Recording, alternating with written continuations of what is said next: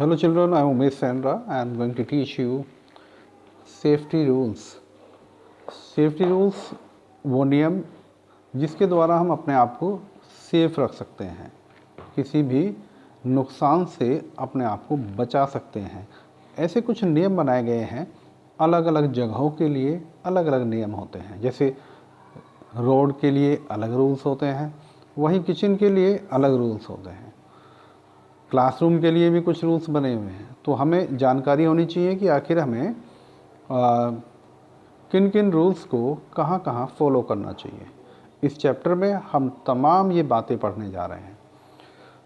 चलते हैं थोड़ा बारीकी से इस चैप्टर को पढ़ते हैं। Lesson number 10, safety rules. Our world is a pleasant place. हाँ, ये जो संसार हमारा, ये बहुत अच्छी जगह है रहने के लिए। But there are many things which can be dangerous for us. लेकिन यहाँ बहुत सारी ऐसी चीज़ें हैं जो हमारे लिए बहुत ज़्यादा खतरनाक भी हो सकती हैं।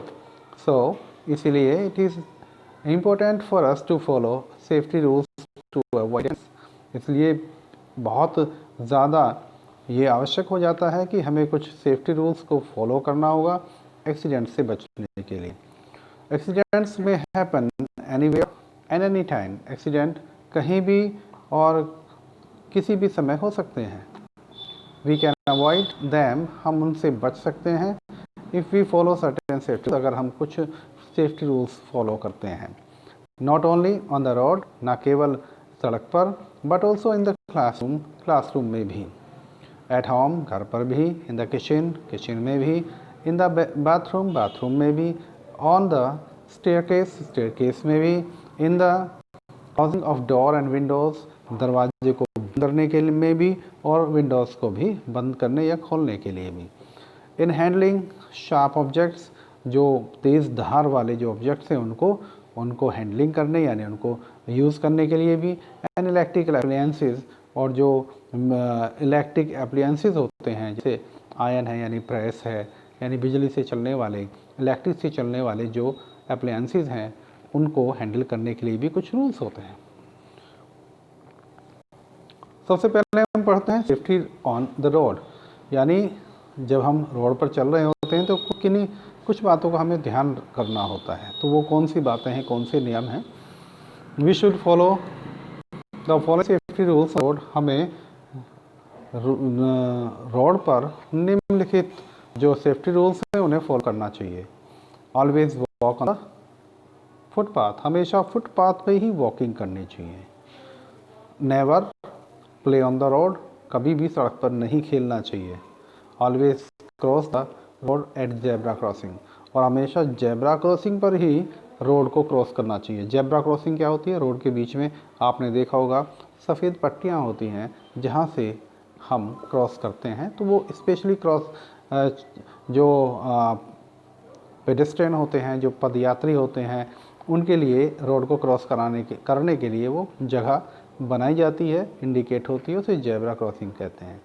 जैसे ये बच्चा चल रहा है, रोड के ऊपर वाइट पट्टियां हैं, तो ये जेब्रा क्रॉसिंग है। वहीं से हमें रोड को क्रॉस करना चाहिए। Cross only when the traffic light green, और हमेशा तभी क्रॉस करना चाहिए जब ट्रैफिक लाइट का कलर कैसा हो? ग्रीन हो। Always wear helmet on the scooter और ऑन ए मोटरसाइकिल, जब आप मोटरसाइकिल पे या स्कूटर पे हो तो हमेशा हेलमेट लगा के रखें। सेफ्टी एट होम, घर पर जो सेफ्टी रूल्स हैं वो क्या क्या हैं बच्चों, ये भी हमें स्टडी करना चाहिए। We should follow the following safety rules at home, घर पर जब हम रहते हैं तो उस समय घर पर रहते हुए हमें कुछ सेफ्टी रूल्स को फॉलो करना चाहिए। Never play with sharp objects like knife, scissor and blades, कभी भी हमें चाकू या फिर कैंची या ब्लेड से कभी नहीं खेलना चाहिए, क्योंकि वो हमें हार्म कर सकते हैं, हानि पहुंचा सकते हैं। नेवर टच इलेक्ट्रिकल अप्लायंसेस और स्विचेस विद वेट हैंड्स, कभी भी गीले हाथों से, जब आपके हाथ गीले हों तो इलेक्ट्रिक अप्लायंसेस नहीं पर टच करने चाहिए, और ना ही कभी स्विचेस को ऑन ऑफ करना चाहिए। इससे क्या होगा? आपको इलेक्ट्रिक शॉक, करंट भी लग सकता है। Do not touch hot pans and water or milk, कभी भी गर्म बर्तन को या फिर उबलते हुए दूध या पानी को टच नहीं करना चाहिए। Keep yourself away from the steam escaping from the boiling pan. हमेशा अपने आप को दूर रखना चाहिए स्टीम से। स्टीम यानी वाष्प से, जो भाप है उससे हमें दूर रखना चाहिए, जो बॉइलिंग वाटर या बॉइलिंग ऑब्जेक्ट से, किसी लिक्विड से जो है निकल रही होती है। मेक अ लिस्ट ऑफ 2 और more things that we should not do at home. एक लिस्ट बनानी है आपको, जिसमें आपको मेंशन करना है घर पर 2 कौन से ऐसे काम है जो नहीं हमें करने चाहिए।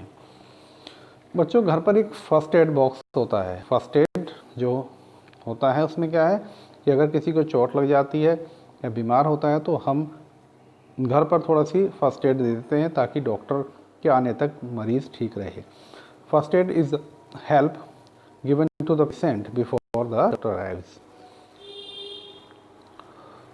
Safety in the classroom. Classroom के अंदर सेफ्टी क्या है?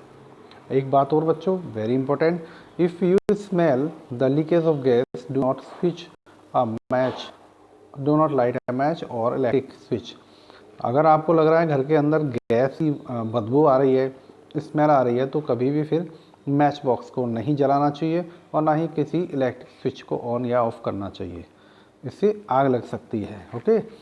Safety in the classroom. Classroom के अंदर हम किन बातों का ध्यान रखें? We should follow the following safety rules in the classroom. Classroom के अंदर हमें निम्नलिखित सेफ्टी रूल्स को फॉलो करना चाहिए। डू नॉट यूज ब्लेड और knife for sharpening your pencil. अपनी पेंसिल को शार्पनिंग करने के लिए, छीलने के लिए ब्लेड या नाइफ का यूज़ नहीं करना चाहिए। उसके लिए हमेशा हमें शार्पनर का यूज़ करना चाहिए, ये हमारे लिए सेफ़ रहता है, वरना नाइफ हमारे हाथ को काट सकता है। ओके, फिंगर्स को काट सकता है। Do not jump on benches. Benches पर कभी जंप नहीं करना चाहिए। Do not tier chart paper of school. कभी भी स्कूल के अंदर जो चार्ट पेपर लगे होते हैं, कभी भी उनको टेयर नहीं करना चाहिए, उसको फाड़ने नहीं चाहिए। Do not throw pieces of chalk, paper plane और anything on the other student of the class. कभी भी क्लास में जो आपके दूसरे छात्र जो आपके साथ पढ़ रहे हैं, उनके ऊपर कभी भी चॉक के पीसीज नहीं फेंकने चाहिए, ना ही पेपर प्लेन फेंकने चाहिए।